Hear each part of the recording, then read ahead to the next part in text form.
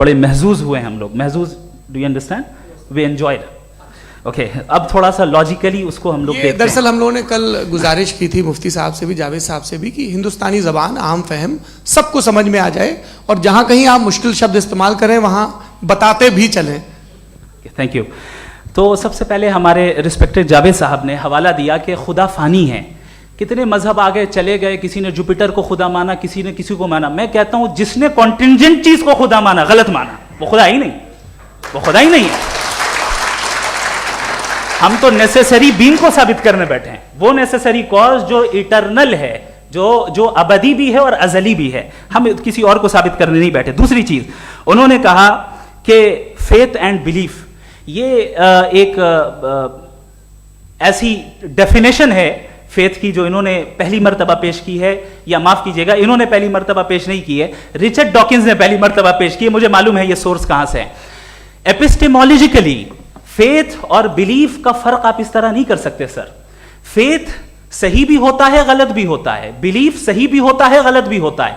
जो logic, reason और evidence से बैक्ड होगा वो फेथ सही होगा। और आप जिस फेथ की बात कर रहे हैं कि इलॉजिकल है और उसके पीछे नहीं है, तो we are on the same page. हम नहीं मानते उस फेथ को, जो फेथ ऐसा हो जिसके पीछे कोई लॉजिक ना हो, एविडेंस ना हो, हम नहीं मानते। हम तो उस फेथ के कायल हैं जिसके पीछे लॉजिक हो और एविडेंस हो। तो बिलीफ सही भी होता है, गलत भी होता है, फेथ भी सही होता है और गलत भी होता है। तो आज फेथ और बिलीफ के डिफरेंस पे बात नहीं हो रही। आज आप चाहे फेथ एक्सेप्ट कर लें या बिलीफ एक्सेप्ट कर लें, आज ये बात होगी कि ट्रूथ क्या है। चाहे ट्रू बिलीफ सही है या ट्रू फेथ सही है, और फॉल्स फेथ क्या है और फॉल्स बिलीफ क्या है, बात इस पे हो रही। दूसरी चीज इन्होंने पूछा स्टुपिडिटी फिर क्या है। अगर फेथ, रिलीजन स्टुपिडिटी नहीं है तो और क्या है? चूंकि फेथ का मुतालबा करते हैं तो स्टुपिडिटी क्या है? मैं कहता हूं स्टुपिडिटी एथिज्म है। उसकी वजह यह है कि आप एक सड़क पे जा रहे हो और आप किसी गार्डन में जाएं और देखें वहां लिखा है फूलों के साथ, I love Javed Akhtar and I really do, I love you sir. So जब आप वहां पर पहुंचे तो वहां पहुंचकर अब ये बताएं, क्या आप ये कहेंगे वाह व्हाट अ नेचुरल सिलेक्शन? ये क्या नेचुरल सिलेक्शन है? नहीं, ये प्रिसाइजली डिजाइंड है, इसके पीछे डिजाइनर है।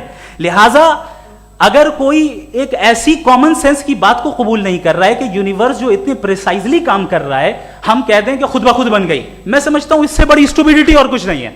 ये इरैशनल चीज है। फिर हमारे सर ने कहा कि आपने बॉल पे फोकस किया, आइलैंड पे फोकस नहीं किया। अरे आइलैंड को किसने बनाया यही समझाने के लिए तो बॉल की मिसाल दे रहा हूं। और बॉल भी कॉन्टिंजेंट है, आइलैंड भी कॉन्टिंजेंट है, दोनों नेसेसरी बीइंग का मुतालबा करते हैं। आगे इन्होंने कहा कि नेचर में कोई इंसाफ नहीं है। हम डिसाइड करते हैं कि मोरालिटी क्या होती है, इंसाफ क्या होता है। हम डिसाइड करते हैं, जैसे ड्राइविंग सीट में ट्रैफिक वाला, ये तो किसी खुदा ने नहीं कहा, ये है, इसे कहते हैं फॉल्स इक्विवेलेंस। ये एक लॉजिकल फेलेसी है। आपने जो है मिसाल दी ड्राइविंग की और ट्रैफिक की, ये सब्जेक्टिव मोरालिटी है। आप सब्जेक्टिव मोरालिटी को मिसाल बनाकर ऑब्जेक्टिव मोरालिटी के ऊपर नहीं थोप सकते। इंसाफ की ऑब्जेक्टिव मोरालिटी है। अगर आप ये कहते हैं कि नेचर में इंसाफ नहीं है, तो इंसाफ का न होना ये नेचुरल हुआ, तो फिर नेचर को नेचर रहने दे। क्यों हम इतना स्ट्राइव कर रहे हैं दुनिया में इंसाफ लाने के लिए? ये तो इलॉजिकल बात है, इरैशनल बात है। इसलिए बहुत सी चीजें ऐसी हैं जो ऑब्जेक्टिवली जो है इविल या गुड हैं, और बहुत सी चीजें ऐसी हैं जो सब्जेक्टिवली हैं। सब्जेक्टिवली जो मोरल होता है या इमोरल होता है, उसको हम सोशल कंसेंसस से या पर्सनल प्रेफरेंस से डिसाइड करते हैं। लेकिन जो ऑब्जेक्टिव मोरालिटी है, जिसमें इंसाफ आया, जो इन्होंने बार बार रिपीट किया, ये ऑब्जेक्टिव है, सब्जेक्टिव नहीं है। अगर आप कहते हैं ये सब्जेक्टिव है, तो मेरा सवाल आपसे ये है, क्या सोशल कंसेंसस के जरिए अगर जुल्म को सही करार दे दिया जाएगा तो आप जुल्म को जस्टिफाई करेंगे? दूसरी चीज इन्होंने यह कहा कि 2 पैक शराब पी लें तो वो उतने पे नहीं रहता, बढ़ जाता है। यही मामला मजहब के साथ है। 2 पैक आप पी लें, बढ़ेगा। तो ये एक ऐसी मिसाल है, इसको कहीं भी फिट कर लें कि आप एथिज्म पे जब फिट करें, जब आप 2 पैक एथिज्म का लेंगे ना, तो वो बढ़ बढ़ के नॉर्थ कोरिया बनेगा। Thank you.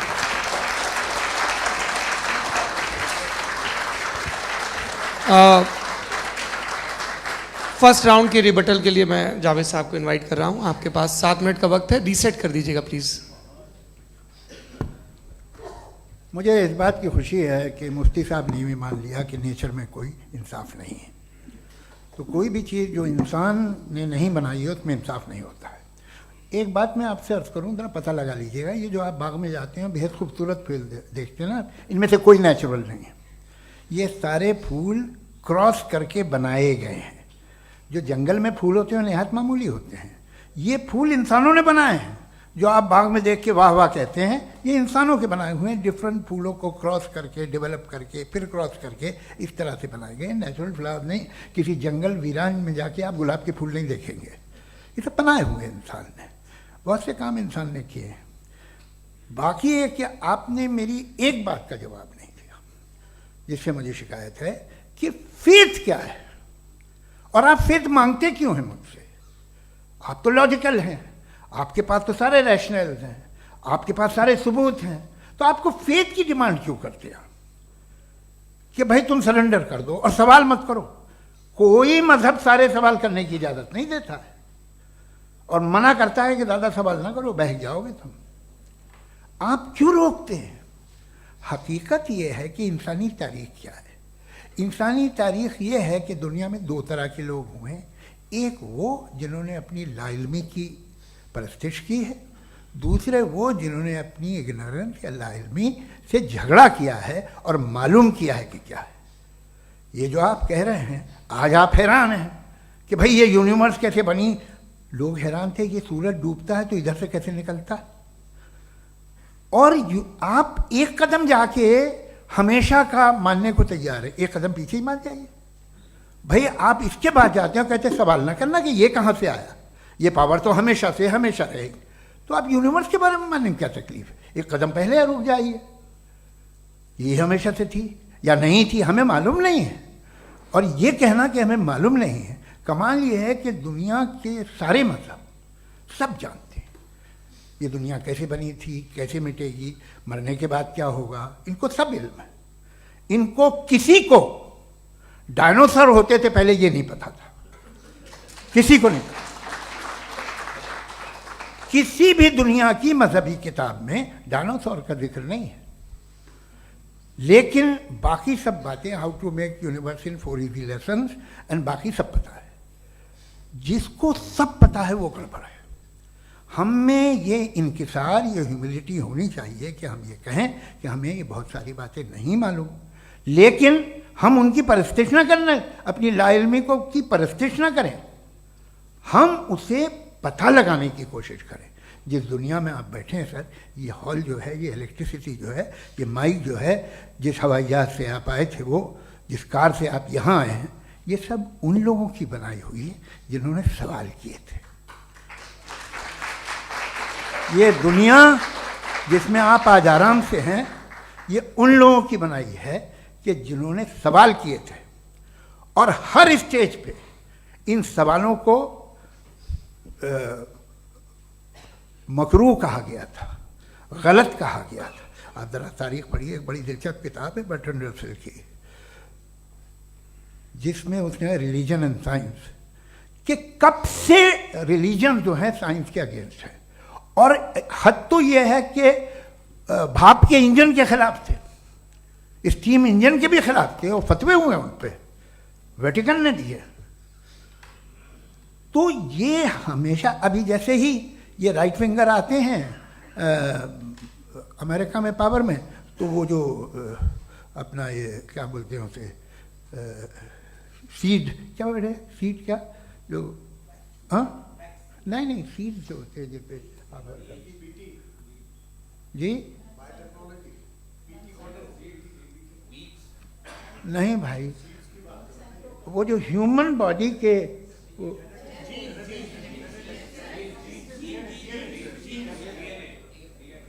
उस पर रिसर्च बंद हो जाती है, रिपब्लिकन नहीं करने देते।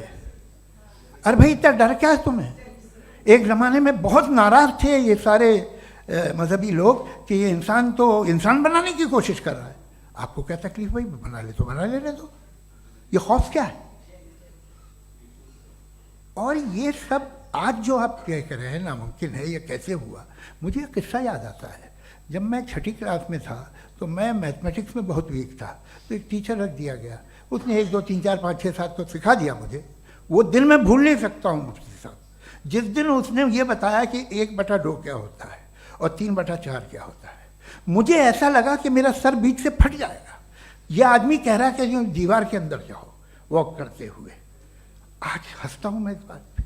तो आज जो बातें आपके जहन से बिल्कुल परे हैं और आप हैरान होते उन्हें देख के, एक वक्त आएगा कि मामूली लगेंगे। और हुआ है, आपकी इंसानी तारीख ही है। इतनी जल्दी सारे फैसले आप मत कर लीजिए, थोड़ा ये ह्यूमिलिटी रखिए कि भाई ये हमें नहीं मालूम। ये कहने में क्या है, ये यूनिवर्स कहाँ तक फैली, ये कब से है और कब तक रहेगी, हमें नहीं मालूम। आपने फैसला कर लिया कब बनी। ये आपके हिसाब से कोई 14 बिलियन ईयर बनी जो समझा जाता है। उससे पहले हजारों करोड़ों अरबों साल तक खुदा बैठा क्या कर रहा था? खामोश बैठा था, ऐसी जमाइयाँ ले रहा था। फिर उसे आइडिया आया, यार एक काम करते, वक्त अच्छा गुजर जाएगा, यूनिवर्स बनाते। सोचिए, वो तो हमेशा से है ना, मगर यूनिवर्स हमेशा से नहीं है, ये तो बनाई गई है। और उससे पहले क्या था, इनका क्या काम था? कैसी बात है, ये बड़ा आसान है। जो बात हमें आज धीरे धीरे पता चली है, बरसों 2000 और 2500 साल पहले आपको किसी ने बता दिया कि क्या था, आप मान गए, और तब से वही मान रहे हैं जो 2500 साल पहले कहा गया था। सब कुछ बदल गया है, सॉल्व हो रही हैं चीज़ें। अभी साइंस बिल्कुल दावा नहीं करती, या कोई फिलोसफर ये दावा नहीं करता कि हमें सब मालूम, बल्कि वो कहता है कि हमें जितना मालूम होता है उससे ये मालूम होता है कि हमें कितना कम मालूम। तो हम अपनी जहालत से लड़े, उसकी परस्तिश न करें। जी, time. Thank you so much.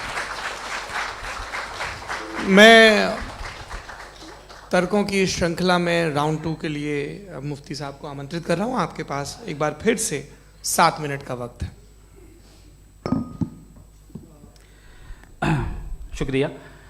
जनाब जावेद अख्तर साहब कई मर्तबा दोहरा रहे हैं कि फेथ का मतलब बताइए, फेथ का मतलब बताइए। मैंने बता दिया, फेथ सही भी होता है, गलत भी होता है। और आज हम फेथ पे बात नहीं कर रहे, हम ट्रुथ और डज गॉड एग्जिस्ट पे बात कर रहे हैं।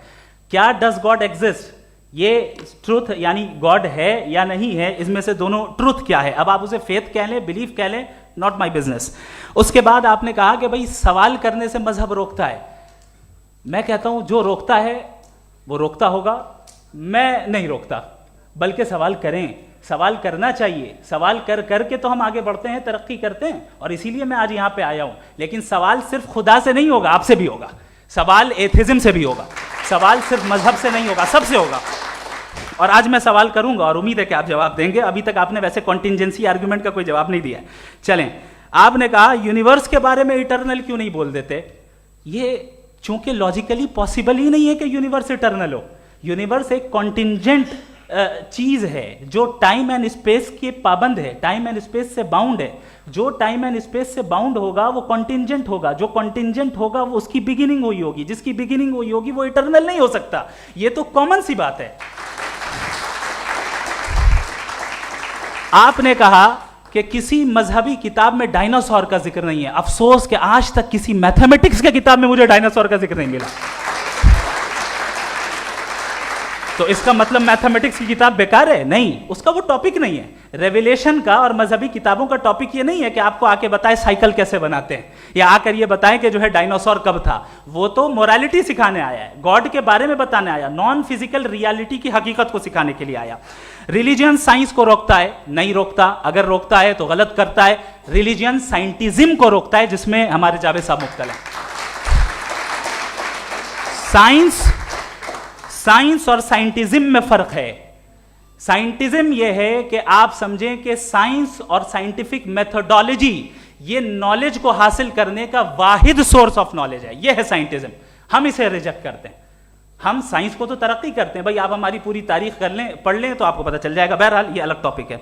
उसके बाद इन्होंने एक लफ्ज कहा, वेटिकन ने फतवा दिया। वेटिकन का फतवे से कोई ताल्लुक नहीं है, दोनों कॉन्ट्राडिक्टरी अल्फाज हैं। उसके बाद उन्होंने कहा कि भाई हमें नहीं मालूम। अगर नहीं मालूम तो क्लियरली कह देना कि नहीं मालूम है, इसमें क्या हरज है। तो वही तो मैं कह रहा हूं ना कि आप कह दें कि नहीं मालूम, लेकिन क्लेम क्यों कर रहे हैं कि गॉड एग्जिस्ट नहीं कर रहा है। आप कह दें नहीं मालूम है, हो सकता है हो सकता ना हो, लेकिन आप क्लेम कर रहे हैं। द मोमेंट यू से God does not exist. This is a claim. And now the burden of proof is upon you too. जैसे हमारे ऊपर है. और क्यों है मैं बताता हूं, क्यों है ये भी मैं बताता हूं. फिलोसॉफिकली जो क्लेम होता है ना, सिर्फ ये नहीं होता कि इंसान कहे पॉजिटिव क्लेम करे और नेगेटिव क्लेम करे तो बर्डन ऑफ प्रूफ नहीं है. आप मिसाल के तौर पे मैं कहूं कि फुला उस कमरे में कोई नहीं है, मैंने एक नॉलेज का क्लेम किया है.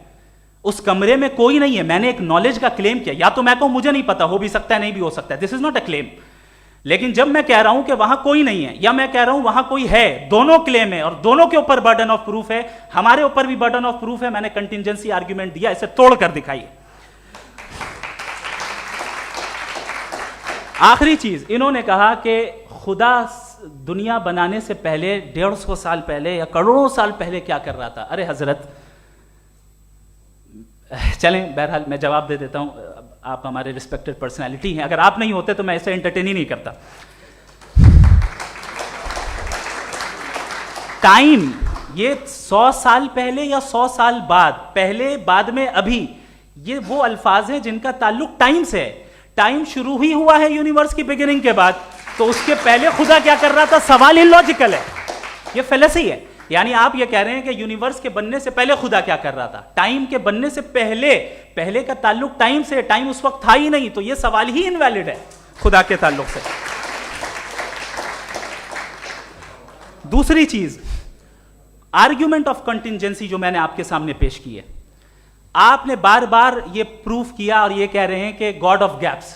देखिए, पहले नहीं मालूम था, साइंस ने कर दिया. सिंपल की मिसाल से मैं समझा देता हूं.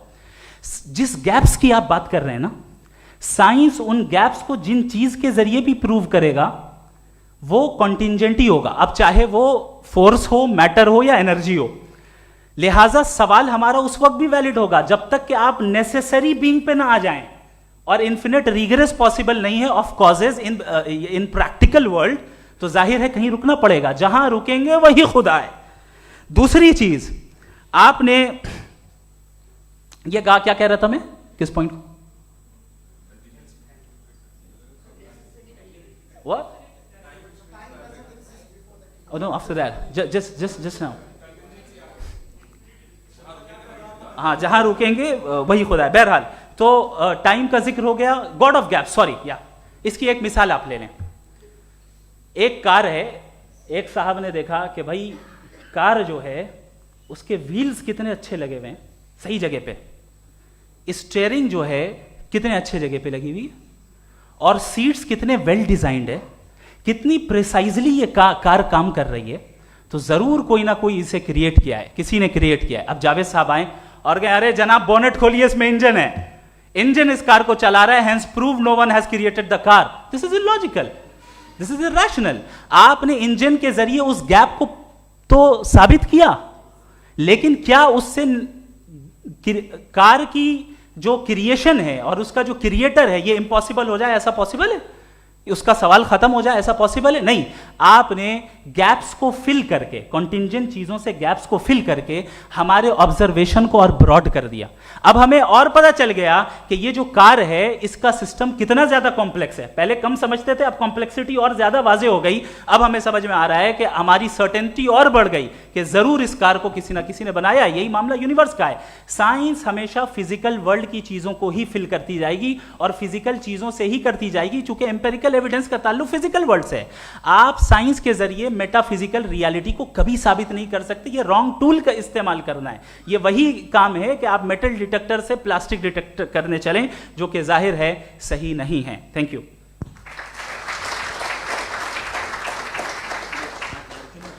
जी, ये आर्ग्यूमेंट का राउंड 2 है. हाँ. 7 मिनट है. पहले तो मैं आपसे अर्ज करूं कि आपने कहा कि जब कायनात ही नहीं थी तो वक्त भी नहीं था, कुछ भी नहीं था. कैसे नहीं था? खुदा था. एक एग्जिस्टेंस तो था ना खुदा का. तो जब खुदा था तो वक्त भी होगा. ऐसा नहीं है कि कुछ भी नहीं था, खुदा था. अच्छा, बाकी एक आपने कहा साहब आप साबित कीजिए, आपके पास भी लॉजिक है, मेरे पास भी लॉजिक है. आप मेरा जिम्मेदारी नहीं है साबित करना कि खुदा है. बर्टन रसल ने बड़ी अच्छी बात कही. बर्टन रसल ने एक बड़ी अच्छी बात कही है. मैं आपसे अगर ये दावा करूं कि एक चाय की केतली मरीख के चारों तरफ घूम रही है, मार्स के चारों तरफ, तो यह आपका काम नहीं है कि आप साबित करें कि कोई चाय की केतली नहीं है. ये मेरा काम है, मैंने दावा किया है। ये दावा तो मजहबी लोग करते हैं कि खुदा है, मैं क्यों साबित करूं कि नहीं है? जब तक आप मुझे कन्विंस नहीं कर देंगे मैं नहीं मानूंगा। आपकी जिम्मेदारी है, मेरी जिम्मेदारी नहीं है। दोयम ये कि ये जो आप कह रहे हैं जो गैप्स हैं, ये गैप जब जब किसी मजहब को चैलेंज करते हैं, जब ऐसा कोई बात आती है तो हंगामा हो जाता है कि जब वो चैलेंज करें किसी फेथ को। ये तमाम साइंस जो है इसे मुख्तलिफ जगहों पे मुख्तलिफ वक्तों में मजहब ने रोकने की कोशिश की है। ये किताब है religion and science Burton Russell की, पढ़िएगा, अच्छी लगेगी आपको। तारीख ही है साइंस, मजहब की साइंस से उसका यही रिश्ता है। अच्छा, अब ये हम सोचें कि बहरहाल ये वजूद जो है मजहब और ये बिलीव इन गॉड इंसान को बेहतर बना देता है, तो एक काम कीजिए, हिंदुस्तान वर्ल्ड का नक्शा लीजिए और मार्क कीजिए कि रिलीजन कहाँ कहाँ ज़्यादा है, कहाँ कहाँ, चाहे वो लैटिन अमेरिका हो या मिडल ईस्ट हो या फार ईस्ट हो या हिंदुस्तान के वो इलाके जहाँ मजहबियत ज़्यादा है। रख दीजिए नक्शा अलग। अब दूसरा नक्शा कि कहाँ कहाँ नाइंसाफ़ी, रिप्रेशन, औरतों के हुकूक की पामाली, जुल्म, डिक्टेटरशिप कहाँ है, नक्शा एक ही होगा। तो आप मुझे बताएं कि जो इसका तरकीब इस्तेमाल क्या है, खुदा का तरकीब इस्तेमाल तो बताइए। आप छोटी सी दवा सड़क पे बेचते हैं उसकी भी तरकीब इस्तेमाल बताते हैं। इसके इस्तेमाल से तो फायदे नहीं हुआ किसी को। जो सारे के सारे खराब मुल्क हैं, खराब समाज है, वो सारे जुल्म खुदा के नाम पे करते हैं। वो गलत करते हैं, सही करते हैं, मुझे क्या लेना देना उससे। इस्तेमाल से मालूम होता ना। एक विस्की की बोतल कभी शायद देखी हो आपने, लाल रंग की होती है, उस पर रोशनी और छिपड़ा इंतहाई खूबसूरत लगती है, क्या बिगाड़ रही है किसी का? उसका इस्तेमाल गलत है, इसलिए आप उसे नापसंद करते हैं। इसका इस्तेमाल गलत है, इस तसव्वुर का इस्तेमाल ही गलत है और हमेशा से गलत हुआ है। आप देख लीजिए, इंसानी तारीख देख लीजिए, आज देख लीजिए, हिंदुस्तान देखिए, दुनिया देख लीजिए क्या हो रहा है। इसे कैसे इस्तेमाल कर रहे हैं फेथ वाले लोग? क्या फेयर हैं, जस्ट हैं, जो अपने खुदाओं पे यकीन रखते हैं? वो किस तरह के लोग हैं? वो लोगों को इंसाफ देते हैं, वो बेहतर इंसान बने। तो इस दवा का फ़ायदा क्या है? चलो बहुत फ़ायदा हो रहा तो मैं इस्तेमाल कर लूँगा, मगर मुझे तो इस दवा का कोई फ़ायदा दिखता ही नहीं। मुझे तो ऐसा लगता, मैं एक और बात बताऊँ, अगर कोई आदमी मजहबी है और अच्छा आदमी है तो मैं उसकी बहुत इज्जत करता हूँ, इसलिए कि मेरा ख्याल है मजहबी आदमी का अच्छा होना मुझसे अच्छा होने से ज़्यादा मुश्किल है। भाई हर चीज़ की एक लिमिट है। आप इतना भाग सकते हैं, इतना नहीं भाग सकते, इतना वजन उठा सकते, इतना नहीं उठा सकते, इतना दूर देख सकते हैं, इतना दूर नहीं देख सकते। उसी तरह कॉमन सेंस कहता है कि आप में नेकी का भी एक कोटा होगा। अब आप अगर सुबह जाते हैं अपनी इबादत गाह और इबादत करते हैं तो बाहर निकलते हैं तो आप तो यही महसूस करते हैं कि आपने एक बहुत अच्छा काम किया, आपकी नेकी का एक बहुत बड़ा कोटा खर्च हो गया जिससे किसी का कोई फ़ायदा नहीं हो। मैं तो नहीं जाता हूँ तो मुझे तो किसी को खाना खिलाना पड़ेगा, किसी बेवा की मदद करनी पड़ेगी। मैं अपना कोटा कैसे कंज्यूम करूँ? आप अपना कोटा, सारे मजहबी लोग इंतहाई यूजलेस कामों में यूज़ करते हैं। उसके बाद भी अगर आप में बच्ची है थोड़ी सी शराफत तो भाई वाह क्या बात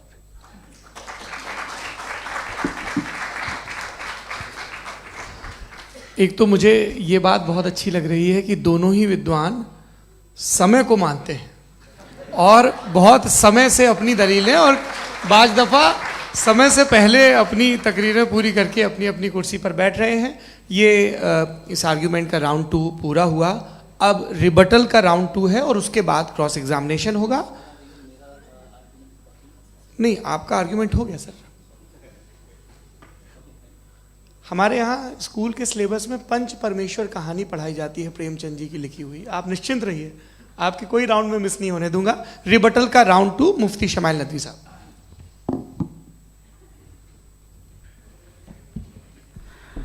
असल में जो हकीकी प्रॉब्लम है, असल प्रॉब्लम है वो ये है कि जावेद साहब के पास कॉन्सेप्ट ऑफ गॉड क्लियर नहीं है। इन्होंने कहा कि कायनात से पहले खुदा तो था, तब भी तो टाइम होगा। ये टाइम कायनात का हिस्सा है। हम खुदा, उस खुदा को मानते हैं, नेसेसरी बीइंग का टाइमलेस होना जरूरी है, चूंकि वो टाइम का क्रिएटर है। जब उसने टाइम को क्रिएट किया तो वो खुद टाइम पे कैसे होगा? उसने जब स्पेस को क्रिएट किया तो खुद स्पेस में कैसे होगा? अगर वो टाइम एंड स्पेस को पहले से ही उसका पाबंद है तो फिर किस चीज को उसने क्रिएट किया? लिहाजा ये सवाल गलत है कि खुदा था तो टाइम होगा, बिल्कुल नहीं। टाइम के पाबंद हम हैं, खुदा नहीं है। हम फिजिकल वर्ल्ड से ताल्लुक रखते हैं, वो मेटाफिजिकल रियलिटी है। दूसरी चीज इन्होंने मिसाल दी कि चाय की केतली हवा में घूम रही होगी, और पता नहीं शायद वो बर्टन रसल का उन्होंने हवाला दिया। बहरहाल यही प्रॉब्लम है। प्रॉब्लम यही है कि हम चीजों के दरमियान डिफरेंशिएट नहीं कर पाते हैं। ये जो आपने मिसाल दी ये इमेजिनेशन है, और मैं जो साबित कर रहा हूं वो लॉजिकल नेसेसिटी है। आप इमेजिन करने आए तो कुछ भी करें, जुपिटर में पिंक एलिफेंट होगा, यूनिकॉर्न होगा, करें, उससे कायनात पे क्या फर्क पड़ता है? उससे आप लॉजिकल नेसेसिटी साबित नहीं कर सकते। मैं तो उस प्राइम कॉज की बात कर रहा हूं, उस नेसेसरी बीइंग की बात कर रहा हूं जिसके बगैर इस कायनात का एग्जिस्टेंस मुमकिन नहीं है। दूसरी चीज, मजहब को साइंस चैलेंज करती है वगैरह वगैरह, ये हमारा टॉपिक ही नहीं है। मैं इस पर बात करूंगा तो फिर मेरा वक्त चला जाएगा। मजहब के ऊपर चूंकि हमारी डिस्कशन नहीं है, साइंस को मजहब और बिलखुसूस मैं और हमारा वर्ल्ड व्यू कम अज कम साइंस को पीछे नहीं करता है, साइंटिज्म की मजम्मत करता है। इसकी वजाहत मैंने पहले कर दी। दूसरी चीज इन्होंने कहा वर्ल्ड का नक्शा लीजिए, वर्ल्ड मैप लीजिए, दो अलग अलग जगह की। हजरत मैंने ये होमवर्क किया था, और मैंने मिडिल ईस्ट का एक नक्शा लिया और यूरोप का एक नक्शा लिया, ये मजहबी इलाका और ये लिबरल और एथीस्ट इलाका।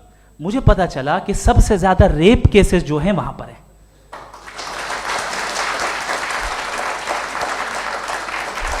मुझे ये पता चला यूएन की रिपोर्ट के मुताबिक, मैं ये अपने घर से नहीं लेके आ रहा, कि जो वर्किंग वुमेन है यूरोपियन कंट्रीज में, उसमें 81% वुमेन सेक्सुअल हैरेसमेंट का वर्क में शुमार हो रही है। ये मिडिल ईस्ट में नहीं हो रहा है, वो मजहबी लोग हैं इसलिए नहीं हो रहा है।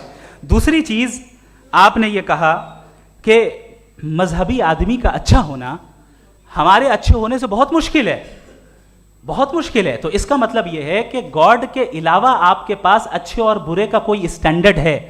मैं चाहूंगा कि कन्वर्सेशनल स्टाइल वाली डिस्कशन और सेगमेंट पे इसी पे बात कर लेते हैं। Thank you very much.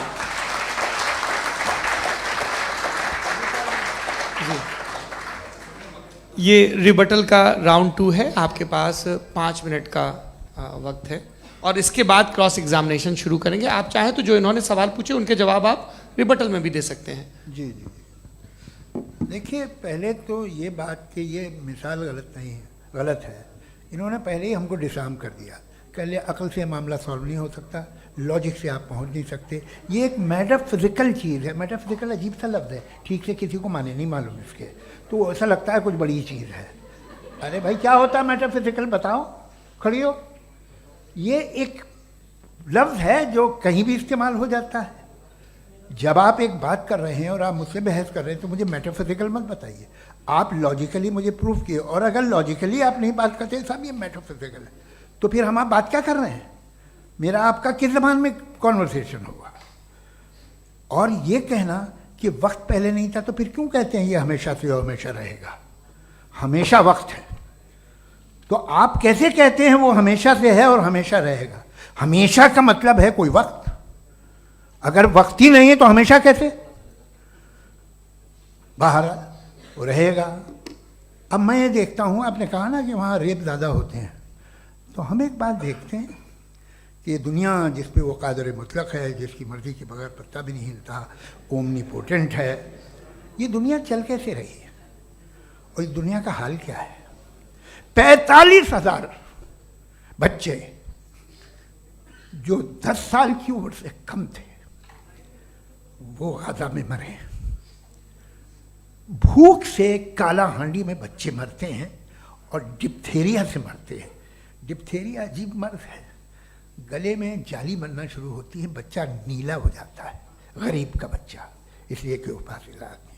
ये कादर मुतलक है, जो चाहे कर दे। इससे आप दुआएं मांगते हैं हमारी, ये काम कर दे वो कर दे, तो इसका मतलब डे टू डे लाइफ में वो इंटरफेयर करता है और ये देख रहा है वो। अगर वो वाकई भी है फॉर डिस्कशन सेक, तो मैं जब दुनिया देखता हूँ तो मेरे दिल में उसके लिए कोई इज्जत नहीं पैदा होती। ये क्या कर रहे हो तुम पूरे ऑल पावरफुल हो, ओमनीपोटेंट हो, ओमनी प्रेजेंट हो। तुम तो वहाँ गाजा में रहे होगे ना, तुम हर जगह हो। तुम देख रहे थे कि बच्चे की कैसे धज्जियाँ उड़ रही, तुम देख रहे थे और तुम चाहती हो मैं तुम्हारी परस्तिश करूँगा, तुम हो भी। अरे यार, इसके अच्छे तो हमारे चीफ प्राइम मिनिस्टर हैं, कुछ तो ख्याल करते हैं। कमाल है, आप किसकी इबादत कर रहे हैं? अगर वो है भी, ये दुनिया नाइंसाफी से, जुल्म से, जबर से, तशद्दुद से भरी हुई है। और आप ये मत कहिएगा कि वो देख रहा है और वो बताएगा एक दिन। अगर वो देख रहा है और इंटरफेयर नहीं करता तो आप दुआ क्यों मांगते? आप कहते हैं मेरा ये काम करा दे, इसके मतलब है वो दखल दे सकता है, वो आपको नौकरी दिलवा सकता है, भले दूसरे आदमी को न मिले, मगर आपका काम कर देगा चूंकि आपने दुआ मांगी है। तो जब वो आपको नौकरी दिला सकता है, लड़की की शादी कर सकता है, बेटे को ग्रीन कार्ड दिलवा सकता है, तो कम से कम ये जो मर रहे हैं बच्चे, इनको रोक दे, कुछ तो करे। मुझे तो दुनिया में, इस दुनिया का कोई मालिक है, इसका ओमनीपोटेंट कोई रूलर है, और ये दुनिया ऐसी चल रही है। मैं तो चाहूँगा कि भाई ना हो, अगर हो तो बड़ी शर्मिंदगी की बात है। शुक्रिया।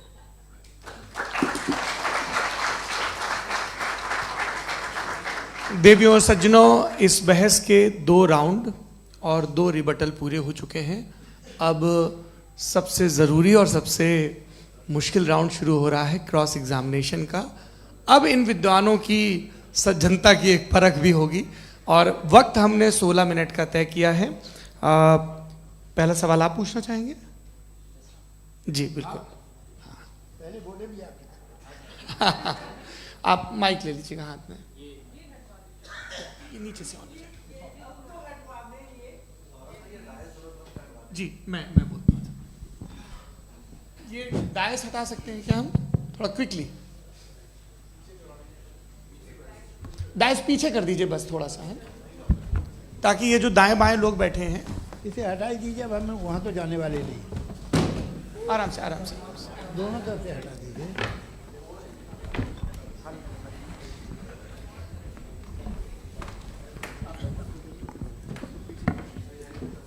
इस बीच आप लोग भी अपने अपने सवाल तैयार कर लें। ये ध्यान रखेंगे कि मैं यहाँ से सवाल लूँगा, आप लोगों को अपना हाथ ऊपर करना है, अपना नाम बताना है और अधिकतम 3 वाक्यों में अपना सवाल पूरा करना है। कई लोग सवाल की जगह भाषण देने लगते हैं, उससे आज बचना है। जी मुफ्ती साहब, पहला सवाल आपका, 16 मिनट हैं, हम दोनों लोगों के सवाल लेंगे। जी जी बहुत शुक्रिया। आपकी जो अभी बात हुई बहुत अहम थी, मैं इसको चाहूँगा कि आगे डिस्कस करूँ, लेकिन चूँकि अभी ये वो सेगमेंट है क्रॉस एग्जामिनेशन, तो सबसे पहला सवाल आपसे ये है कि जो मैं इतनी देर से कॉन्टिंजेंसी आर्ग्यूमेंट आपको बता रहा था, ये अकल से ही बता रहा था हजरत, आप ये बताएं कि आप इन्फिनिट रिग्रेस ऑफ कॉजेस को पॉसिबल मानते हैं या नेसेसरी बीइंग के एग्जिस्टेंस को सही समझते हैं? चूंकि 2 ही ऑप्शन हो सकता है, आप ये बताएं। देखिए, आपको मैं ईमानदारी से बात करूं, एक तो मैं कॉन्टिजेंसी वर्ड ठीक से समझता नहीं, और इस वक्त भी जो आपने अंग्रेजी के अल्फाज इस्तेमाल किए वो ज़रा थोड़े से मुझे डिफ़िकल्ट और कॉम्प्लिकेटेड लगे, तो आप ज़रा सिंपल ज़बान में सवाल कर सकते हैं? बिल्कुल कर सकता हूँ। जी। यूनिवर्स की हर चीज़ कॉन्टिंजेंट होने का मतलब ये है कि वो अपने एग्जिस्टेंस में किसी के ऊपर डिपेंडेड है। जो भी चीज़ डिपेंडेड होगी वो चीज़ इंडिपेंडेंट नहीं हो सकती, तो उसका कोई ना कोई कॉज होगा। तो अब आप क्या समझते हैं कि ये इन्फिनिट रिग्रेस है, यानी कॉज पर कॉज, कॉज पर कॉज, कॉज पर कॉज, और कभी कोई यानी ये एंडलेसली चलता रहा? क्योंकि अगर ऐसा होगा तो हम तो एग्जिस्टेंस में आते ही नहीं। लॉजिकली ये मुत्तफक अलैह चीज़ है, मुत्तफक अलैह, अग्रीड अपॉन। इस पे हमने एग्री किया था कि मुश्किल शब्द आएगा तो अर्थ बताना पड़ेगा। तो इन्फिनिट रिग्रेस तो पॉसिबल नहीं है, तो कहीं ना कहीं आपको रुकना पड़ेगा ऐसे नेसेसरी बीइंग पर। नहीं, कोई ज़रूरत नहीं रुकने की। किसने कहा आप रुकना पड़ेगा? आप रुकते हैं खुदा पे, आप नहीं रुकते। आप कहते हैं वो हमेशा से, जब उस वक्त से है जब वक्त नहीं था। आप कहाँ रुकते हैं कि अब हुआ था वो? आप नहीं कहते। हम क्यों नहीं मान सकते कि यूनिवर्स जो है और बल्कि मल्टीवर्सेस जो है वो हमेशा से हैं, वो बनती है, बिगड़ती है। एक हमारे यहाँ एक चीज़ है ब्लैक होल, वो समेट लेता है वापस, फिर ब्लास्ट होता है, फिर फैल जाता है, और इसमें हमारी तो खैर कोई औकात ही नहीं है। इंसान की एक छोटे से ज़र्रे पे हम 50-60 साल की उम्र रखते हैं, जो करोड़ों अरबों साल की कायनात है उसमें, और पैदा भी नहायत ही बेहुदा वजह से हुए थे। तो इसमें ये सोचना कि इसकी वजूहात और ये क्यों है, ये डिपेंडेंट है, ये हम देख रहे हैं। क्या मालूम, आप सोचिए कि ये जो फैल रही है कायनात, ये कहाँ फैल रही है, ये कहाँ जा रही है, और ये फैल क्यों रही है? अरे बना ली थी तुमने, रुको भैया काफ़ी है। ये फैल क्यों रही है? ये और कौन सी कायनात जिसे मैं दूरबीन से देखता हूँ तो 2 बिलियन लाइट ईयर पे है, उससे मेरा कोई वास्ता ही नहीं है। 2 बिलियन ईयर यानी अगर मैं 80,000 माइल्स पर सेकेंड से चलूँ तो 20 करोड़ साल में वहाँ पहुँच जाऊँगा। इसकी ज़रूरत क्या थी? ये दुनिया, ये कायनात तो इंसान अशरफुल मखलूक़ात के लिए बनाई गई ना। तो ये सब ये टर्म समझ में नहीं आया, इसमें कोई खास समझने वाली बात थी भी नहीं। ये जो अल्टीमेट कहा यह जाता है कि ये जो पूरी यूनिवर्स है, ये जो दुनिया है, ये इंसान के लिए बनाई गई। अच्छा, ये सब इंसान के लिए। क्यों साहब, सही है ना? बिल्कुल, लेकिन इसका ये मतलब नहीं कि किसी चीज के पीछे रीजन आपको नहीं पता तो रीजन नहीं है, इसे कहते हैं नहीं, मुझे नहीं पता, लेकिन मेरी जिम्मेदारी नहीं है। वो बिल्कुल सही कहा था उसने, बर्टन रसल ने। आपने उसे मजाक में टाल दिया कि भाई आप एक दावा कर रहे हैं, मैं क्यों कहूं कि ये गलत है दावा? आप प्रूफ कीजिए, मेरे पे जिम्मेदारी ही नहीं है, मैंने थोड़ी कहा है। आप प्रूफ कीजिए कि ये सही है। आप आर्ग्यूमेंट ऑफ कंटिजेंसी का जवाब ही नहीं दे सवाल रहे हैं। पूछना चाहेंगे? आप सवाल पूछना चाहेंगे मुफ्ती साहब से? क्योंकि ये क्रॉस एग्जामिनेशन का दौर है। आप जैसे पहले बोल रहे थे फेथ को लेके कुछ। मैं ये पूछना चाहूँगा कि खुदा ने जो भी रेवलेशन किए हैं, एक मज़हब के नहीं बहुत से मज़हबों में किए हैं, अलग अलग रेवलेशन है। कहीं कुछ एक बातें हैं, कॉन्ट्रडिक्शन भी है आपस में, कहीं कुछ आप कर सकते हैं, कहीं कुछ नहीं कर सकते। ऐसा नहीं है कि सबकी कोड ऑफ मॉरल एक है। तो ये किस्सा क्या है? अब आप ये देखिए कि मुझे कभी कभी लगता है कि ये जो फुटबॉल फाइनल होता है, लाखों लोग होते हैं, फिर वो टीवी कवर करती, करोड़ों लोग, अगर उसमें खुदा की एक भूमि आवाज़ आ जाती, मैं गॉड हूँ, तो सारे लोग अभी सुन लेते और टीवी पे भी सुन लेते, किस्सा खत्म होता। ये इतनी राजदारी क्या है कि तुम सामने कुछ तो सबूत दे दो हमें सॉलिड। ये कह रहा साहब ये यूनिवर्स कैसे बनी, इससे मसला क्या हल होगा? मैं पूछूंगा आपसे खुदा कैसे बना? क्यों नहीं पूछूंगा कैसे बना? बल्कि वो तो कायनात से कहीं ज़्यादा इंटेलिजेंट है, कायनात से कहीं ज़्यादा कॉम्प्लेक्स। जी वो हमेशा से है। आप कहेंगे मैं मान लूँगा। अच्छा, दोयम वो कादिर मुतलक, यानी कादिर मुतलक का मतलब ओमनीपोटेंट, वो जो चाहे कर सकता है। आपको नौकरी दिलवा सकता है, आपकी अच्छी जगह शादी करवा सकता है, आपके पड़ोसी का मुकदमा हरवा सकता है, आपको जिता सकता है, सब काम करता है। थोड़ा सा माइक क्लोज जी। वो इस दुनिया को चला कैसे रहा है? ये दुनिया कैसे चल रही है? आपको इस पर हैरत नहीं होती? या क़यामत के बाद कभी एक जस्टिस होगा, जब ये बच्चा मर चुका होगा जिसकी धज्जियाँ उड़ गई बम से, इसको इंसाफ मिलेगा तब? अच्छा, अब जवाब दूं? हाँ जी। मैं वही सीधे आप की तरफ। सबसे पहले आपने रेवलेशन और स्क्रिप्चर्स की बात की, इस पे मैं बात कर सकता हूं लेकिन आज नहीं करूंगा चूंकि वक्त कम है, कभी और इस पे डिस्कस करेंगे। मैं तैयार हूं उस पे भी बात करने के लिए। ये अभी से राउंड 2 की भूमिका तय हो रही है। Does God exist round 2? चूंकि आज गॉड के एग्जिस्टेंस पे बात है तो मैं उसी के रिलेटेड जो है आपके सवालात को एंटरटेन भी करूंगा और मैं भी पूछूंगा। आपने कहा कि आपने साबित ही नहीं किया, जबकि आर्ग्यूमेंट ऑफ कॉन्टिजेंसी बुनियादी आर्ग्यूमेंट है। आप मुझे कॉन्टिजेंसी का मतलब बताइए, आपका मतलब क्या? कॉन्टिजेंसी कॉन्टिजेंसी का मतलब यह हुआ कि हर वो वजूद जो किसी भी चीज का पाबंद है, हर वो वजूद या हर वो चीज जो अपने एग्जिस्टेंस में किसी भी चीज के पाबंद है और उससे बाउंड है, उसको उसकी जरूरत है, उस पर डिपेंड करती है, तो जाहिर सी बात है कि उसका कोई ना कोई कॉज होता है। ये तो अक्ल की बात है। ये आप रीजनिंग की बात करते हैं, मैं वही कर रहा हूं। दूसरी चीज आपने ये बात कही कि इतने बिलियन लाइट ईयर्स दूर है, उसका मेरा क्या लेना देना। फिर मेरे ख्याल से आपको ये नहीं कहना चाहिए I think therefore I am an atheist. आपको सोचना चाहिए, सिर्फ आप एक लिमिटेड दायरे में रहकर नहीं सोचें बल्कि बाहर निकलकर सोचें। आपने तीसरा सवाल किया, आपने 2-3 सवाल एक साथ। ऐसी बातें ना कीजिए, कुछ लोगों को इतराज हो जाएगा आप पे कि आप कुछ भी सोचिए। ये इजाजत आपको है नहीं, मुझे है।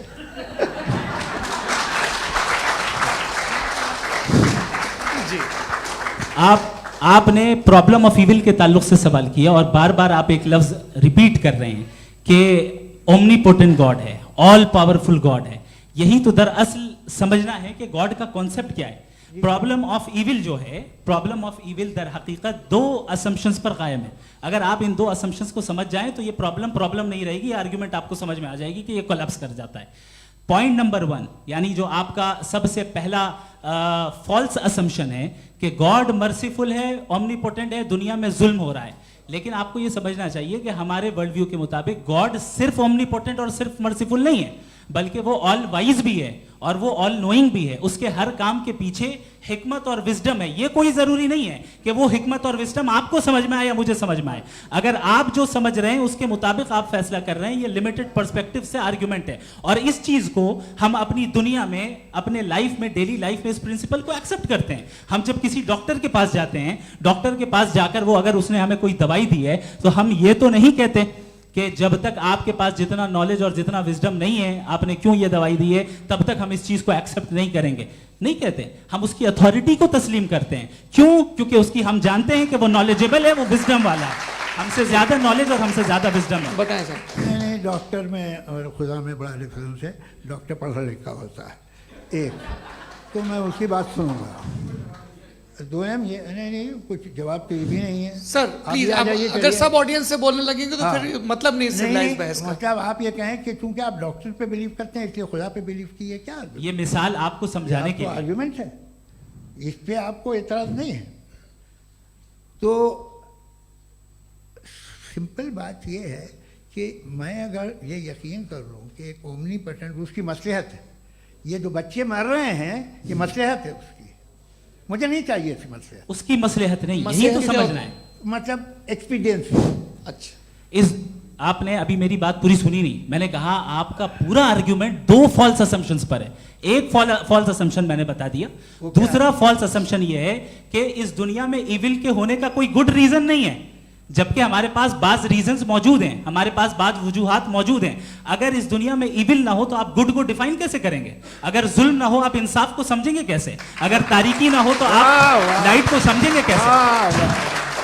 बहुत अच्छे। अभी और सुन लें, अभी और बाकी है। ये तो बात बहुत पसंद आई साहब मुझे कि जब तक रेप ना हो तब तक औरतों की इज्जत का ख्याल आपने मेरा जवाब पूरा सुना ही नहीं। जब तक के बच्चों का कत्ल ना किया जाए तब तक आपको बच्चों की मासूमियत की इज्जत। आपने पूरा जवाब सुना ही नहीं। क्या बात है, क्या आपने नुक्ता निकाला? आपने पूरा जवाब सुना ही नहीं। आप सुन लें, मेरी बात सुन लें। ये मैंने आपको एक चीज बताई। दूसरी चीज, इस दुनिया में हम आए हैं टेस्ट के लिए, हमारा टेस्ट हो रहा है और हर इंसान का अलग अलग अंदाज में टेस्ट होता है। और इस दुनिया में अगर इविल मौजूद है तो वो इविल जरिया है हमारे अंदर ह्यूमन नोबल क्वालिटीज को डेवलप करने का और अलग अलग फील्ड में प्रोग्रेस करने का। और अगर हमारे अंदर और इस दुनिया में इविल नहीं होता तो बताइए टेस्ट का मतलब क्या होता? अगर मैं अपने स्टूडेंट को एमसीक्यूज दूं और उसमें सिर्फ राइट आंसर लिख कर दे दूं और कहूं तुम्हारा टेस्ट हो गया, ये मीनिंगलेस है। इस दुनिया में अगर हम टेस्ट के लिए आए हैं तो जाहिर है गुड एंड इविल दोनों मौजूद है।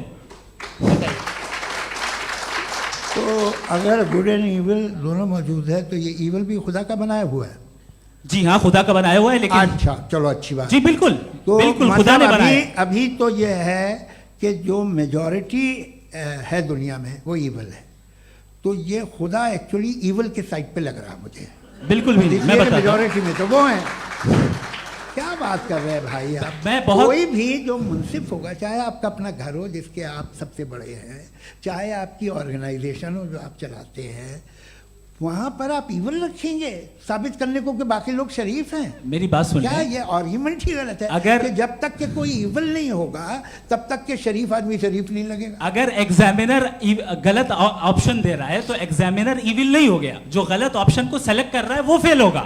क्रिएटर ने इविल को बनाया है लेकिन वो इविल नहीं है। अच्छा सुनिए मेरी बात, हाँ। Let me complete sir. जी जी। क्रिएटर ने इविल को बनाया है टेस्ट के लिए, वो इविल नहीं है। इविल वो होगा जो उसे इख्तियार करेगा। छुरी को बनाने वाला गलत नहीं होता है, छुरी का गलत इस्तेमाल करने वाला गलत होता है।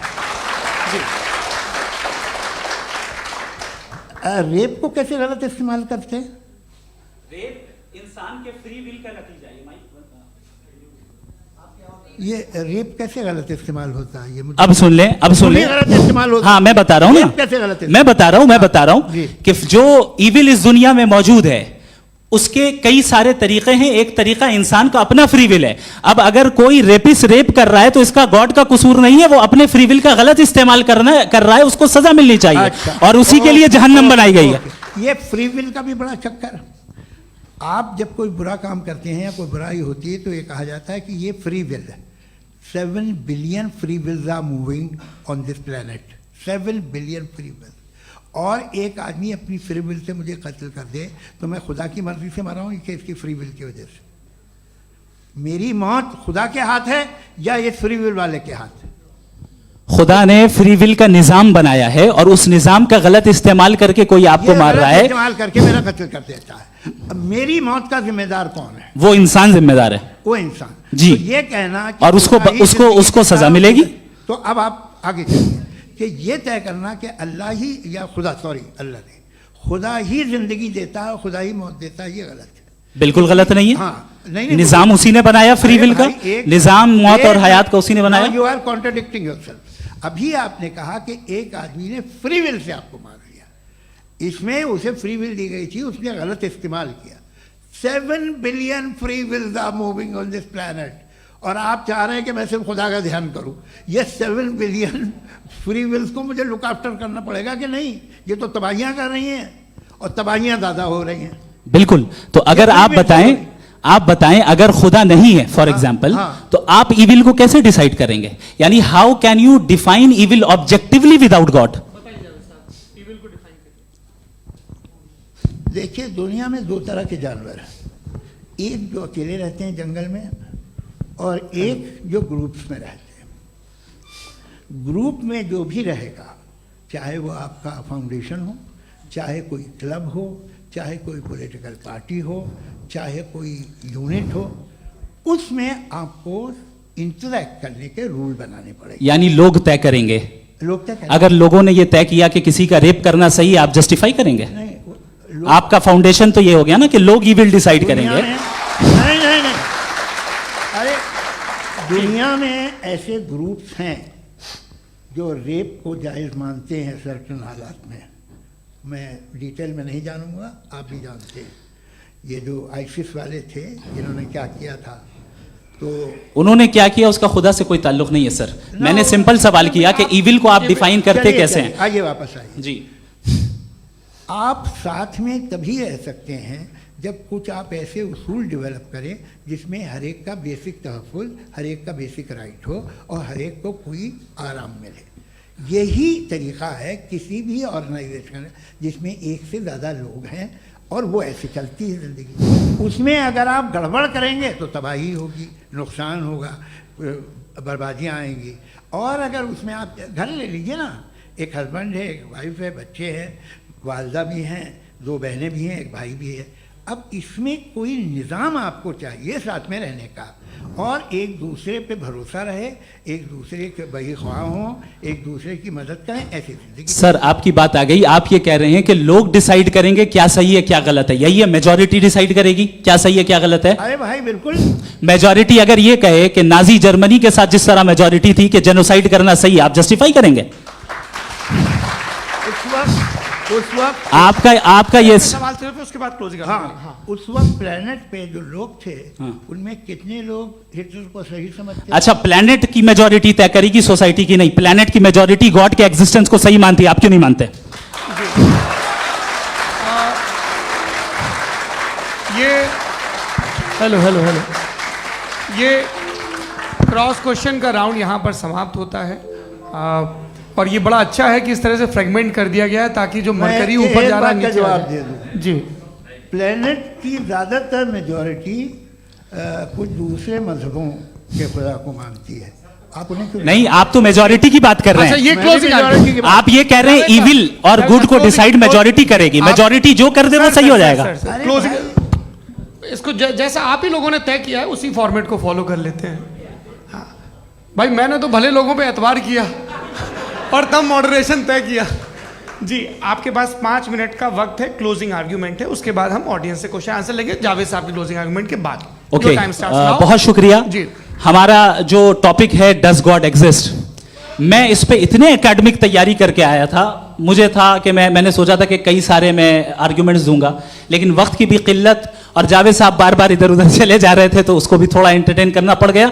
डज गॉड एग्जिस्ट पे मैं एक ही आर्ग्यूमेंट दे पाया। आर्ग्यूमेंट्स बहुत हैं और डेफिनेटिव आर्ग्यूमेंट्स हैं, और मेरे आर्ग्यूमेंट को किसी एक राउंड में भी इन्होंने एंटरटेन नहीं किया और रेफ्यूट नहीं किया, एक राउंड में भी नहीं, एक राउंड में भी नहीं। कौन सा? और ना ही अभी आपका क्लोजिंग आर्गुमेंट आएगा नहीं, वो उसमें। बता देना। Argument of contingency sir. अरे मैं आपसे कई बार कह चुका हूँ कंटीजेंसी का मतलब अब मैं कैसे सर, समझाऊं please, आपको, please, आपस में, हाँ, आप और please, कितने please, आसानी से समझाऊं मैं, मुझे तो नहीं समझ में आ रहा है बस। आप अपनी- sir, argument sir, of contingency Urdu में बोल सकते हैं।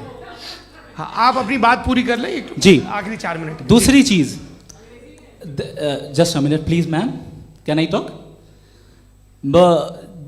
दूसरी चीज ये है कि आपने एक तो इसका जवाब नहीं दिया, दूसरा आपने गॉड के ना होने पर कोई डेफिनेटिव आर्ग्यूमेंट नहीं दिया, सिर्फ मजहब पे बात कर रहे हैं आप। मजहब तो आज हमारा टॉपिक ही नहीं था, आज तो हमारा टॉपिक हो, आप मजहब से ले लेकर आईएस तक चले गए। भाई हमारा क्या ताल्लुक है उससे? We condemn them. और उसका गॉड से क्या ताल्लुक है? अगर कोई गलत काम कर रहा है, किसी ने किसी को कत्ल किया, किसी ने किसी का रेप किया, उसको सजा मिलनी चाहिए। और आपके पास कोई भी rational strong foundation of morality नहीं है। आपने कहा कि मेजॉरिटी तय करेगी सोसाइटी की, वो सही होगा। मैंने कहा हिटलर को फिर आप सही कहेंगे, नहीं नहीं नहीं नहीं, प्लैनेट की सोसाइटी की मेजॉरिटी तय करेगी। तो प्लैनेट की मेजॉरिटी गॉड के एग्जिस्टेंस को मानती है, आप कह रहे हैं ये रिलीजियस है। तो यानी आपके पास कोई स्ट्रॉन्ग फाउंडेशन नहीं है ऑब्जेक्टिव मोरालिटी का। ऑब्जेक्टिव मोरालिटी का अगर कोई फाउंडेशन है तो वो सिर्फ गॉड है, गॉड है, गॉड है। थैंक यू जी, ये मुफ्ती शमाइल नदवी साहब का क्लोजिंग आर्ग्यूमेंट था। अब हमारे पास जी जी ये बड़ा अच्छा है कि दोनों लोगों को मॉडरेटर से शिकायत भी और बोल रहे भाई हमारी शाबाशी भी तो करते चलो। अब मेरी बात जी, आपके पास जावेद अख्तर साहब 5 मिनट का वक्त है, ये आपका क्लोजिंग आर्ग्यूमेंट है, टाइम रीसेट कर दें जी। देखिए, बहुत सारी बातें हैं। गॉड का डेफिनेशन दुनिया के किसी भी रिलीजन में है कि वो ओमनीपोटेंट है, ओमनीप्रेजेंट है, he is just, he is kind, he loves you and so on. मैं जब दुनिया देखता हूँ तो मुझे कोई ऐसा सुप्रीम पावर यहाँ दिखाई नहीं देती है जो इंसान की बहबूदी के लिए कुछ कर रही हो, कमज़ोर को बचा रही हो, मदद कर रही हो, जालिम को पीछे हटा रही हो। मैं नहीं देखा, तारीख़ में नहीं। एक तो अगर है और ये देख रहा है तमाशा, तो उसका होना न होना बराबर है। दोयम ये कि ये जो है, जब आप ये कहते हैं कि कायनात जिसकी कंटीजेंसी है, मैं देखिए वो लफ्ज़ इस्तेमाल किया मैं, तो ये कैसे हो सकती है भाई? और फ़ौरन आप सरेंडर कर देते हैं कि जाहिर है कि इसका बनाने वाला तो इससे 10,000 गुना ज़्यादा कॉम्प्लिकेटेड होगा। उस पर आपके होने पे कोई इतराज़ नहीं है। उसे वो टाइमलेस है, वो पहले से था, टाइम तो बहुत बाद में आया। ये सब आप मानने को तैयार है जिसका आपके पास कोई सबूत नहीं, आपके पास कोई रीज़न नहीं है। आपकी तारीख क्या है मज़हबों की? बिलीफ की, जो खुदाओं का बिलीफ है, ये कॉन्स्टेंटली गलत साबित होता रहा है। मतलब आप कहें कि अरिस्टोटल के ज़माने में तो सब जाहिल थे, वो भी इतने ही यकीन से खुदा पे यकीन रखते थे, जो अब नहीं रहा, ये भी नहीं रहेगा। आप लिख लीजिए, और इसके आसार आपको दुनिया में दिखाई देना शुरू हो चुके हैं। ये बहस क्या आज से 100 साल पहले इस तरह हो सकती थी? यहाँ तक तो आपको हम ले आए हैं। तो सर अरे इनको मदद की ज़रूरत नहीं भाई, ये सेल्फ सफिशिएंट आदमी है, आप क्यों इनकी मदद कर रहे हैं? Sir please. तो ये जो है तमाम बातें अपनी जगह हैं। ये एक पैकेज है। आप अकेले, कोई आदमी ऐसा नहीं जो सिर्फ गॉड को मानता हो, उसके साथ बहुत पैराफर्नेलिया आता है, अलग अलग पैराफर्नेलिया आते हैं। They are only, they have always created chaos in the society. मैं तो आपको सीधा ऑफर देता हूँ कि दुनिया में 10 इम्पॉर्टेंट बिलीव्स हैं। आप एक मानते हैं, 9 नहीं मानते, 9 में आप एथियस्ट हैं, 9 को आप बिल्कुल रीजनेबली मेरी तरह देखते हैं। तो 90 मजहबी आदमी भी 90% एथियस्ट है, वो दूसरे खुदा नहीं मानता, एक खुदा मानता है अपना वाला, बाकियों को कहता है गलत है। अगर आप मानना ही बंद कर दें तो आपका 10% चांस है कि आप सही हैं और 90% चांस है कि आप गलत हैं। मेरा मशवरा है, आप मानना छोड़ दिए तो 50% चांस होगा कि आप सही हैं और 50% चांस होगा, 40% आप गेन करेंगे बाय बिकमिंग एन एथियस्ट।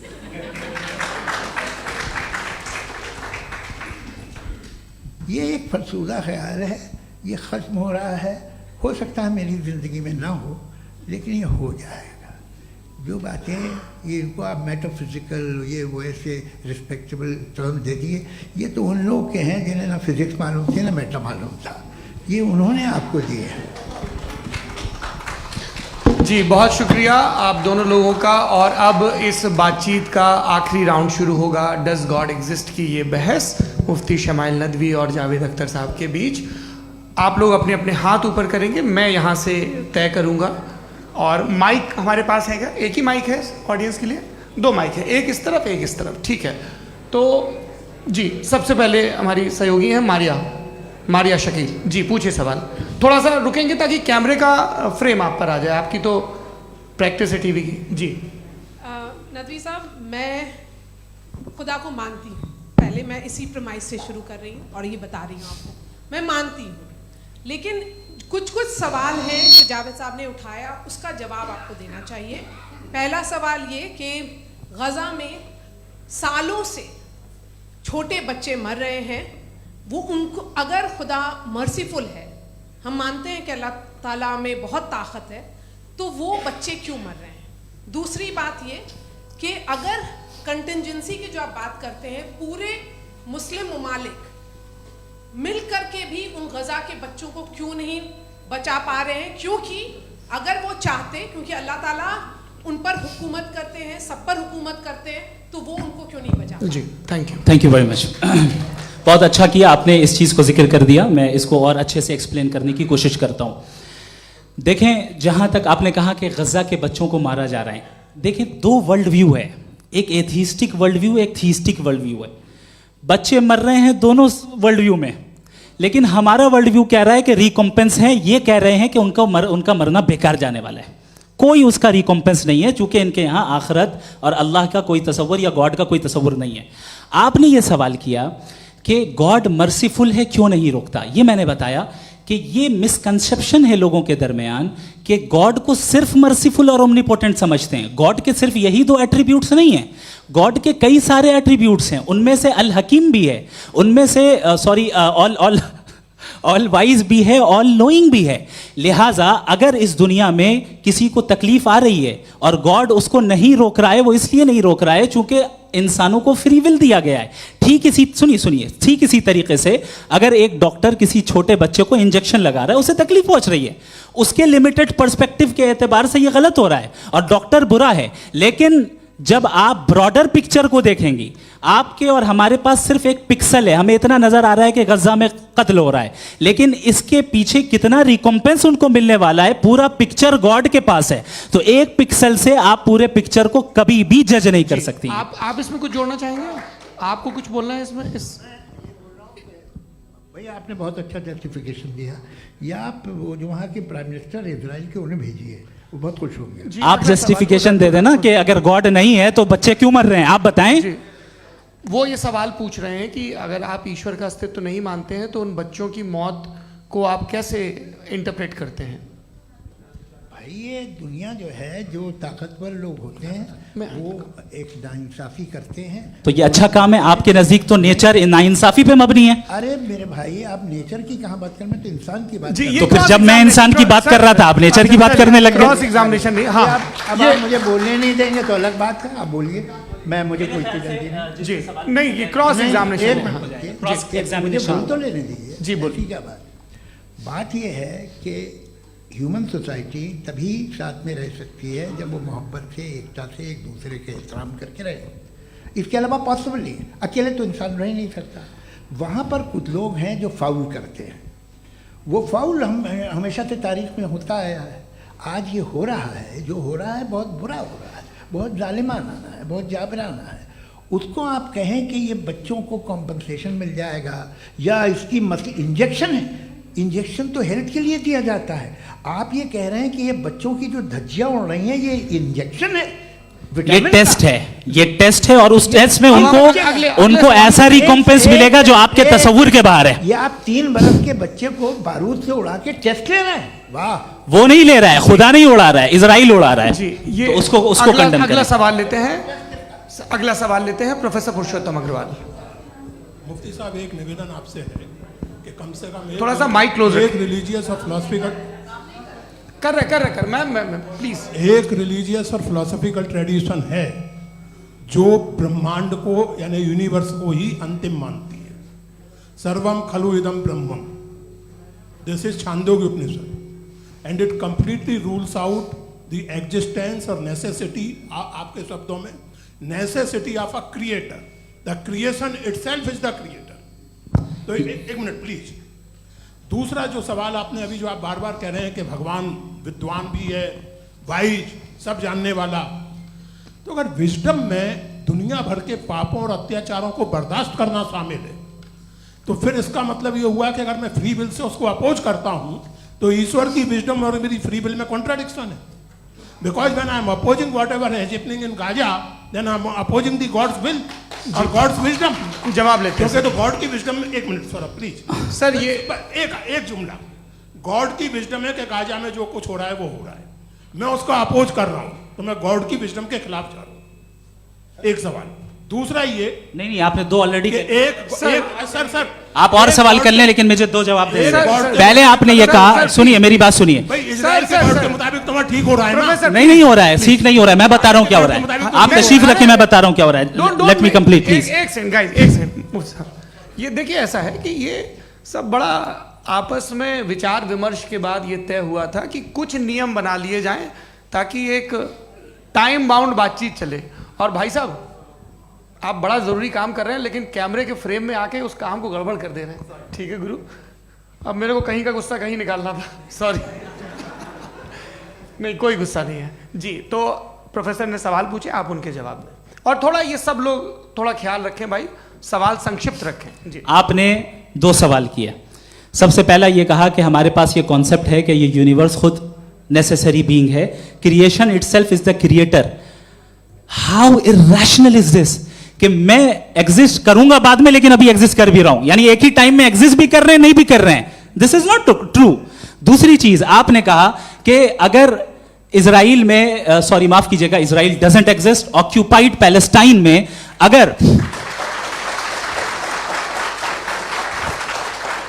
अगर ऑक्यूपाइड पैलेस्टाइन में बच्चों को मारा जा रहा है फ्री विल की वजह से और गॉड नहीं रोक रहा, ये कॉन्ट्रडिक्शन है। ये बताइए कि एक एग्जाम में एक बच्चा गलत आंसर लिख रहा है, सुनिए, एग्जामिनर चाहे तो रोक सकता है, क्यों नहीं रोक रहा है? ये कॉन्ट्रडिक्शन है, ये कॉन्ट्रडिक्शन नहीं है। माइक नहीं सर, ये आपस में जी, ये क्या आपका सवाल?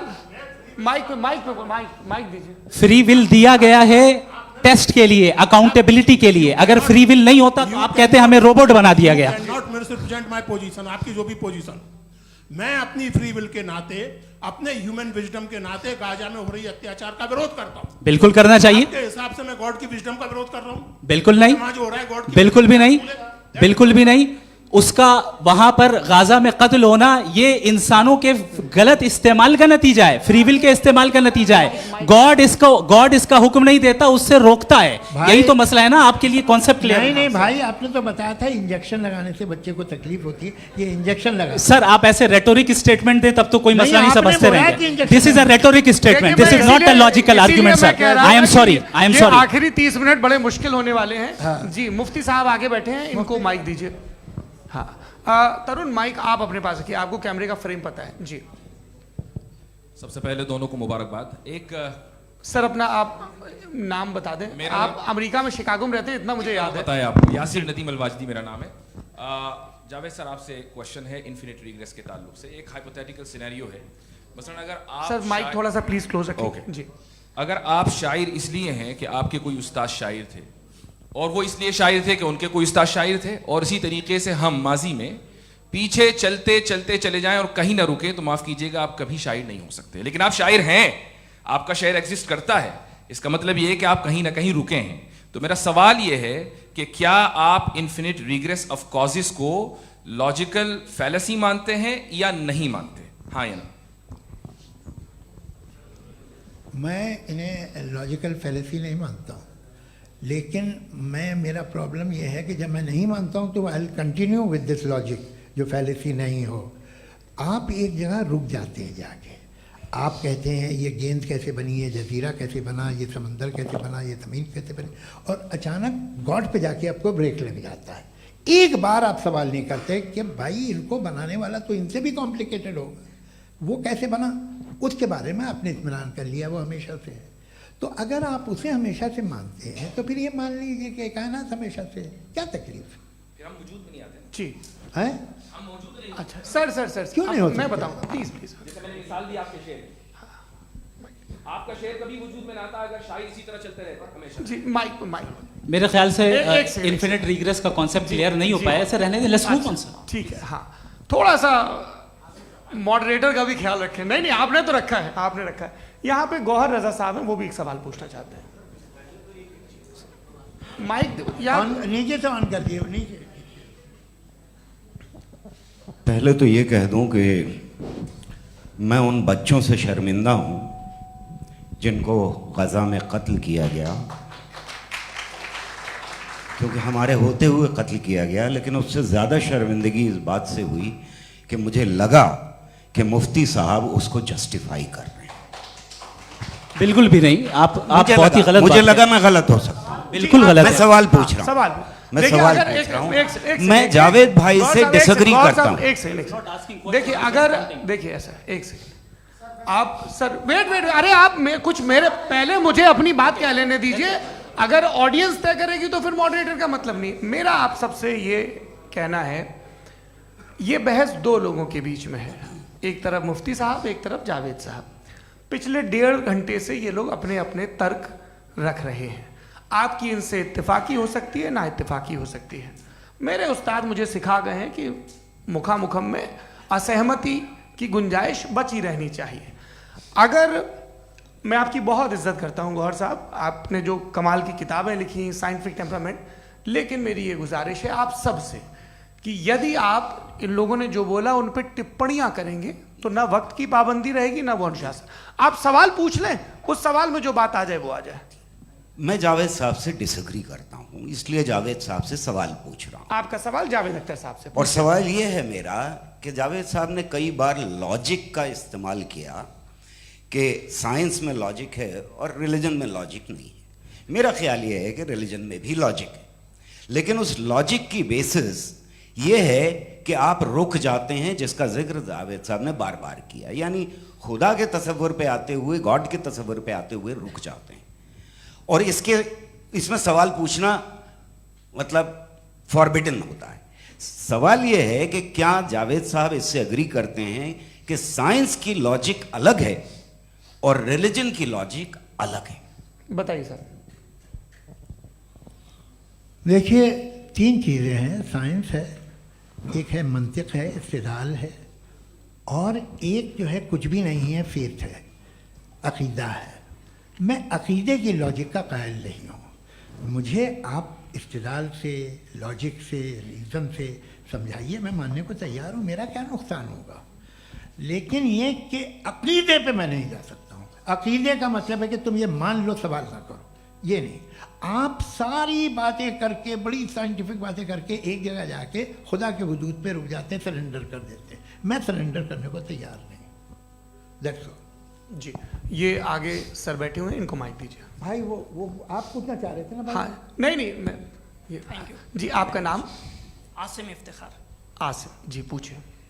सर जावेद सर से सवाल है कि आपने अपने क्लोजिंग माइक थोड़ा करीब रखिए। अपने क्लोजिंग स्टेटमेंट में ये बात कही थी कि मज़हब का जो फ्यूचर है वो ज़्यादा दिन नहीं जाने वाला है, लेकिन मैं देख पा रहा हूँ कि जो ऑक्सफोर्ड यूनिवर्सिटी की एक स्टडी है 2011 में हुई है, जिसके 50 एकेडमिशियंस ने इसको अंजाम दिया था, उसमें वो ये कहते हैं कि जो फेथ इन गॉड है वो इनबिल्ट है ह्यूमन नेचर के अंदर, जिसको हम कहते हैं फितरत के अंदर शामिल है वो। और वो ये कहते हैं कि अगर कोई ये समझता है कि मज़हब को वो ख़त्म कर देगा तो ये उसकी गलत फहमी है। तो आप इसके बारे में, इस स्टडीज़ के बारे में क्या कहते हैं? ठीक है। मैं उनसे एग्री नहीं करता हूँ। वो कौन से प्रोफेसर होंगे? ऐसा उनके क्या पास डेटा है, इन्होंने डेटा के बेस होगा। डेटा क्या हो सकता है? फ्यूचर का डेटा तो नहीं हो सकता ना उनके पास। प्रेजेंट का डेटा हो सकता है। डेटा आपने सुना 100 साल पहले का बाद का डेटा? मैंने तो नहीं सुना आज तक। तो आज उनकी ये राय है और होगी राय, ठीक है, दुनिया में तरह तरह की राय है लोग, लेकिन मैं समझता हूँ कि वक्त के साथ इंसान ज़्यादा से ज़्यादा रीजनेबल और लॉजिकल होता जा रहा है। आज आप देखिए वेस्टर्न यूरोप में क्या परसेंटेज है नॉन बिलीवर्स की, बहुत हाई, वहाँ चर्च खाली पड़े होते हैं। तो अल्टीमेटली तो इंसान कोई ऐसी बात बहुत अरसे तक नहीं मान सकेगा, चाहे गलत या सही, जो उसे उसके दिमाग को, उसके जहन को, उसके लॉजिक को अपील न करे। वो कह रहे हैं तो ऑक्सफोर्ड के होंगे तो कैम्ब्रिज के होंगे तो मुझे क्या लेना देना, उनका डेटा मुस्तकबिल का नहीं हो सकता है। जी दीपक, हाँ पूछिए। मैं आऊँगा अभी, पीछे की साइड भी आऊँगा, माइक वहीं भेजूंगा 2-3 साल के लिए। जी जावेद साहब आपसे सवाल है। नमस्ते अरे भाई सर, अगर आप ही लोग तय करना है तो फिर 200 लोग तय कर लें। ये एक साहब पूछ नहीं रहे सर, हैं। Please don't do this sir. Sir everybody has a right sir, but we can only take Okay. Selected questions. No no sir अरे ये भाई, यंग लोग आराम भी से। हैं तो इनकी ये एक अब बात उतने यंग, सुनिए। भाई आप यंग हैं कि नहीं हैं? एक मिनट, वो कह रहे हैं वो भी आइए, यंग हैं पूछ रहे हैं ना साहब, भाई। आप उनकी नौजवानी पर दावा उनको ही करने थे। हाँ मुफ्ती साहब आप यंग, हाँ पूछे। अरे भैया सर मेरा सवाल ये है, कुछ इनसे भी तो पूछो। जी हाँ, नहीं बस आपसे एक सवाल है। जैसे थीस्टों के पास अपने जो ईश्वर को मानते हैं उनके पास अपने सोशल गेट टुगेदर्स हैं, 5 रोज़ा क्रिसमस आने वाला है, होली है, दिवाली है, ईद है। एथिस्ट क्या ऑफर कर रहे हैं? मतलब मैं इनकी दुकान से बोलूं मैं आना चाहता हूं उस तरफ, पर मैं अट्रैक्ट नहीं हो पा रहा हूं। मैं सोशल गेट टुगेदर्स क्या है आपके पास? वो ये कह रहे हैं कि जो धार्मिक लोग हैं, अलग अलग धर्म के लोग, उनके उत्सव त्योहार, हाँ, कॉन्ग्रीगेशन बड़ी बहुत बात। हैं। अब आपको मैं एक सुनाता हूँ, यहाँ हिस्टोरियन भी बैठे हैं। मृदुला जी आप बताइएगा सही है कि नहीं। ये एक कॉन्स्टेंटाइन, एक ग्रीक रोमन बादशाह था जो क्रिश्चियनिटी आने के 400 साल बाद उसने डिसाइड किया कि मैं क्रिश्चियन हो जाऊंगा, मेरी पूरी स्टेट कैंसिल हो जाएगी। उस ज़माने में ऐसे ही होता था, राजा जो धर्म इख्तियार करता था वो जनता भी कर लेती थी, इसलिए कि वो हो गया था बैंकक्रप्ट। और उसे जो मेडिटेरियन कोस्ट के रिच क्रिश्चियन वो थे मर्चेंट, उससे पैसा चाहिए था। तो उसने कहा यार क्रिश्चियन हो जाओ। तो उसने अपने वजीर से कहा कि भाई ये हिस्ट्री है कि अब हम लोग क्रिश्चियन हो जाते हैं।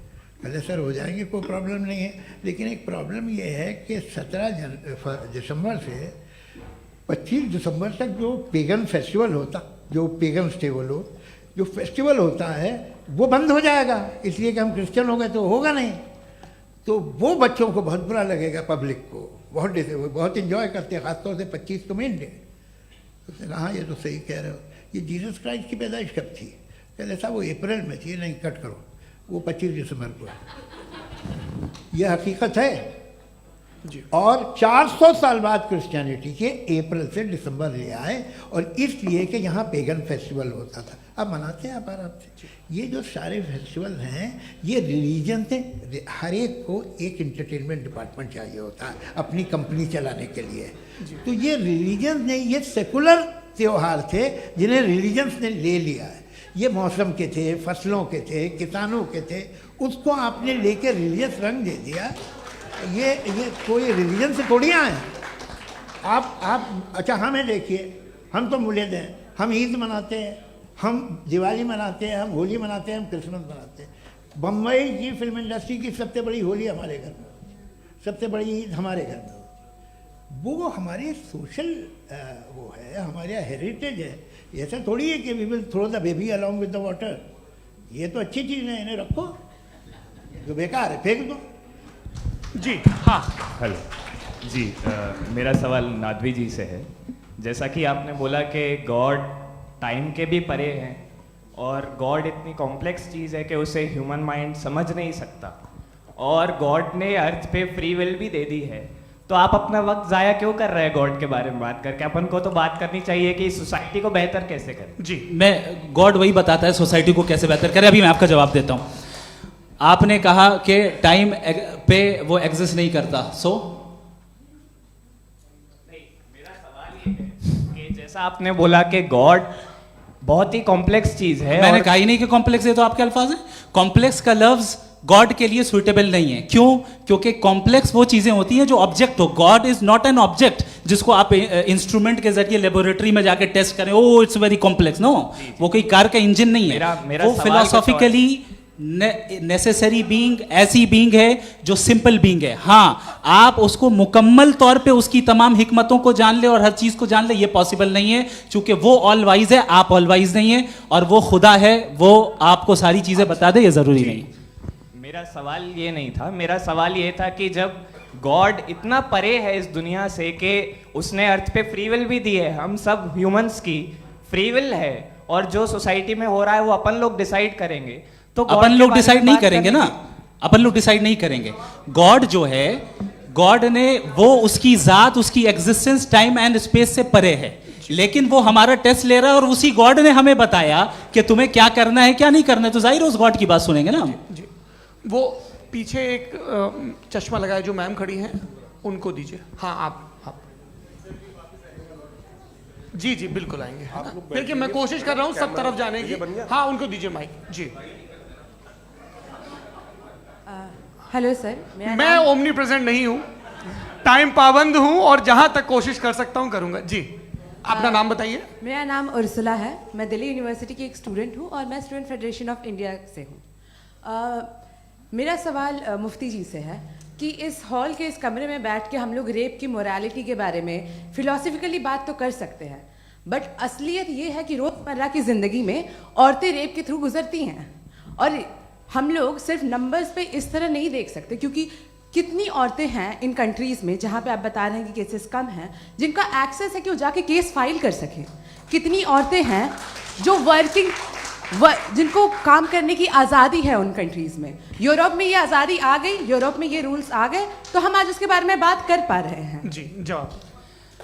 आपने ये कहा कि कमरे में बंद होकर हम लोग इस पर फिलोसफिकली बात कर सकते हैं, लेकिन हकीकत में क्या हो रहा है, वो ग्राउंड लेवल पे क्या हो रहा है जो बहुत गलत हो रहा है, और वो सफ़र कर रही हैं। आई अग्री, बहुत गलत हो रहा है, और जो गलत हो रहा है उसको हमें रोकना है। और क्यों रोकना है, वो गलत क्यों है, हमारे पास इसका ऑब्जेक्टिव फाउंडेशन है, इनके पास उसका ऑब्जेक्टिव फाउंडेशन नहीं है। मैं ये कहना चाह रहा हूँ कि जहाँ पे भी जुल्म हो रहा है, जहाँ पे भी औरत पे जुल्म हो रहा है, या उसकी इज्जत लूटी जा रही है, या उसे तकलीफ पहुँचाई जा रही है, और सिर्फ औरत नहीं, किसी इंसान के ऊपर भी जुल्म हो रहा है, तो उसके खिलाफ खड़ा होना, ये मॉरलिटी हमारे पास गॉड के पास से आई है। वरना जावेद साहब तो कह रहे हैं कि जो है मेजॉरिटी डिसाइड करेगी, तो मेजॉरिटी तो कभी भी बदल सकती है।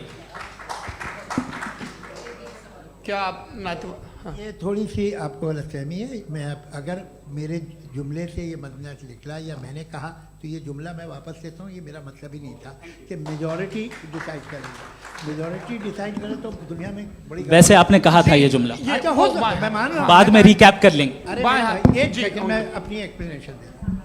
मुनासिब बात यह है कि हम सब के सब दिल में जानते हैं कि क्या अच्छा है क्या बुरा है, हमें पता है अच्छी तरह से। जो लोग बुरे काम करते हैं उन्हें भी मालूम अच्छा क्या है। यही तो सवाल था हजरत, कि फिर ये मोरालिटी आई कहाँ से? Cross examination. हाँ जी, हाँ, मोरालिटी साथ रहने की डिजायर से आई, यानी साथ रहकर जो कुछ कह दे, जो कुछ कर दे, वो हो जाएगा। नहीं नहीं, तो आप कायदे से रह ही कर सकते हैं जब तक लोगों में मोरालिटी हो, वरना क्यास हो जाएगा। ये आपको कैसे पता?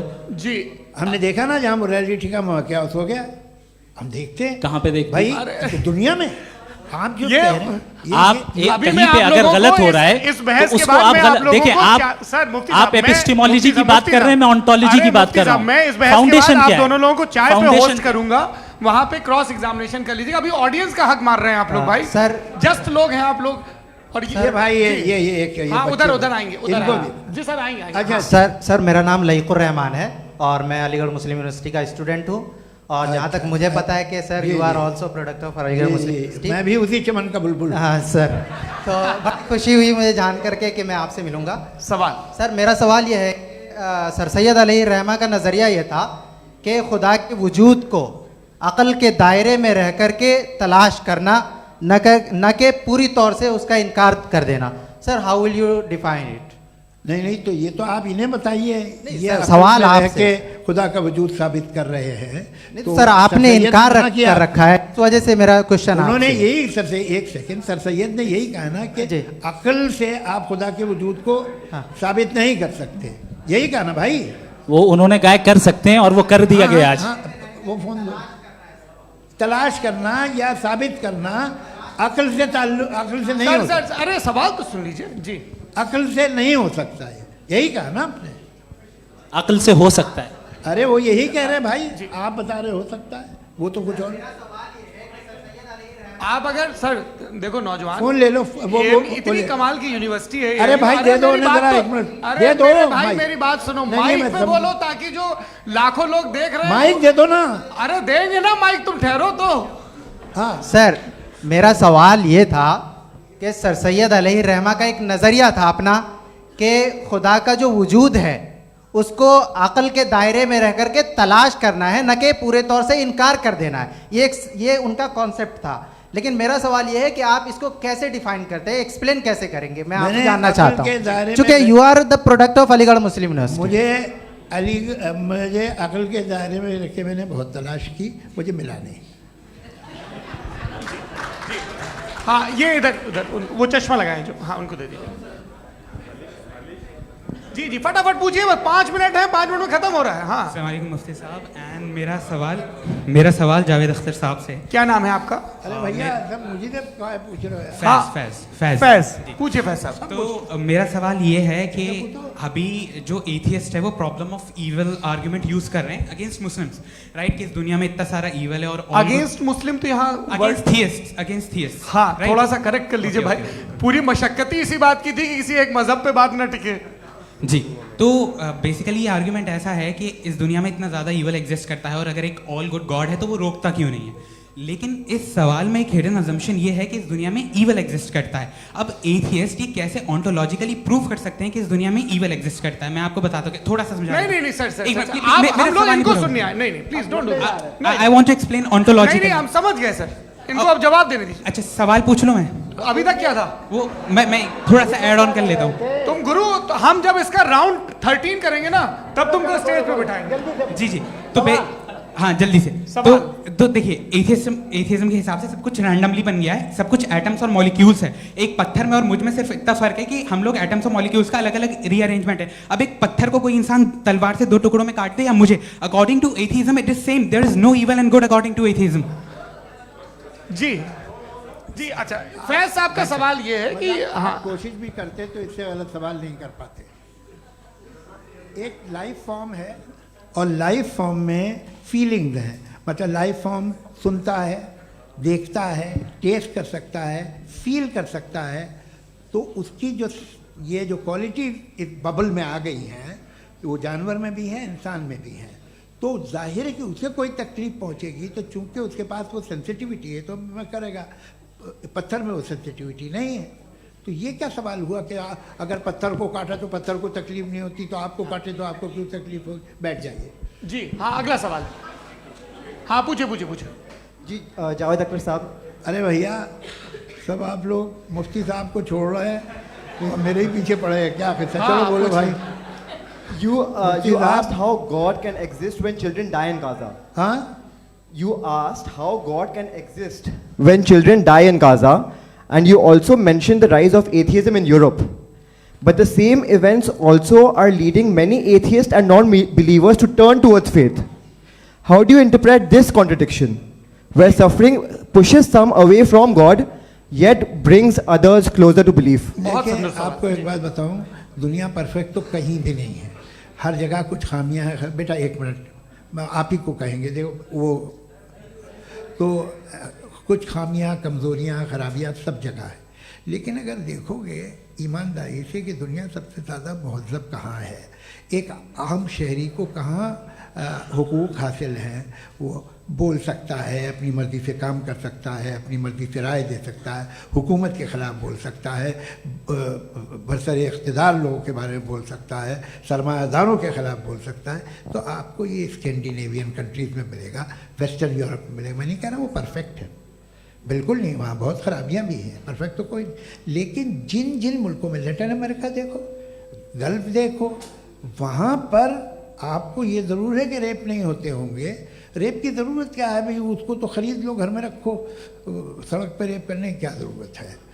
मगर सुनिए, मगर हकीकत ये है कि वहाँ शख्सी आज़ादी राय देने की, बोलने की नहीं है। जी ये एक आखिरी सवाल मुफ्ती साहब से। हाँ मैम, इनको माइक दीजिए। शुक्रिया। मेरा नाम मनीषा है, मैं हरियाणा से आई हूँ। मैं मुफ्ती साहब से एक बात पूछना चाहती हूँ। आप बार बार जावेद साहब को कॉन्ट्राडिक्ट तो कर रहे हैं कि आपने ये कहा, लेकिन आप भी अजम्पशंस के बेसिस पे बात कर रहे हैं। आपने खुदा के होने का कौन सा प्रूफ पेश किया है खुदा की एग्जिस्टेंस का?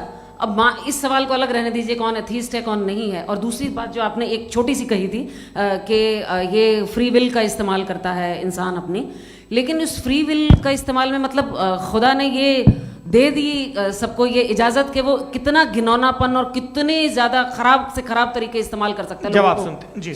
आप फ्री विल को मानती है ना, या अब कहती है कि फ्री विल नहीं है ना, मानती है ना?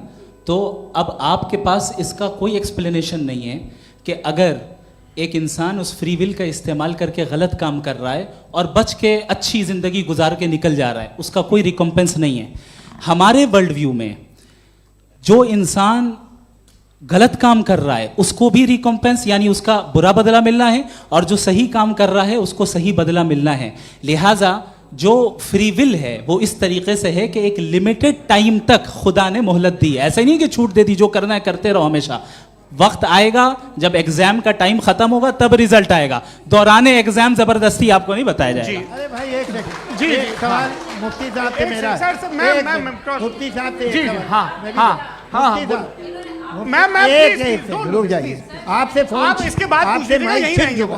बोलिए। मैं मुफ्ती साहब एक ही सवाल करता हूँ कि अगर जो हो रहा है फ्री विल से हो रहा है और एक दिन बरोज़ क़यामत इंसाफ होगा मैशर में वगैरह वगैरह, तो दुआ क्यों मांगते हैं लोग?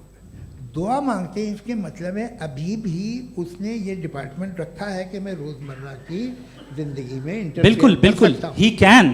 तो तुम कैन हो, तुम मुझे नौकरी दिला देते हो, मेरे बेटे को ग्रीन कार्ड दिला देते हो, और 45,000 बच्चे मरते उन्हें रोकते नहीं हो।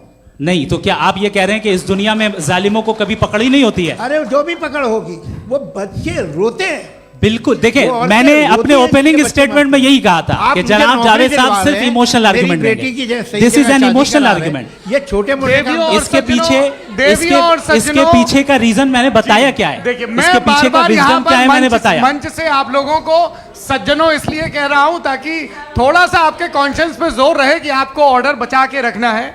वक्त तय हुआ था, ये वक्त पूरा हुआ, आपने इतने धैर्यपूर्वक सुना, मैं आप सबका बहुत बहुत शुक्रगुजार हूं। यदि इन दोनों विद्वानों की इच्छा होगी तो कभी हम इस बातचीत का राउंड 2 राउंड 3, यही तो देखिए खूबी है इंसान की कि बहस मुबाहसे में वो पड़ा रहता है। आप लोगों ने बड़े धैर्य का परिचय दिया, बहुत बहुत शुक्रिया। इसी के साथ ये बातचीत यहाँ पे समाप्त होती है। आप लोग को मैं एक बात बता दूं, ये सारी बहस हो गई, अब मुफ्ती साहब और बड़े मुफ्ती साहब इन साथ के साथ मैं खाना खाने वाला हूँ।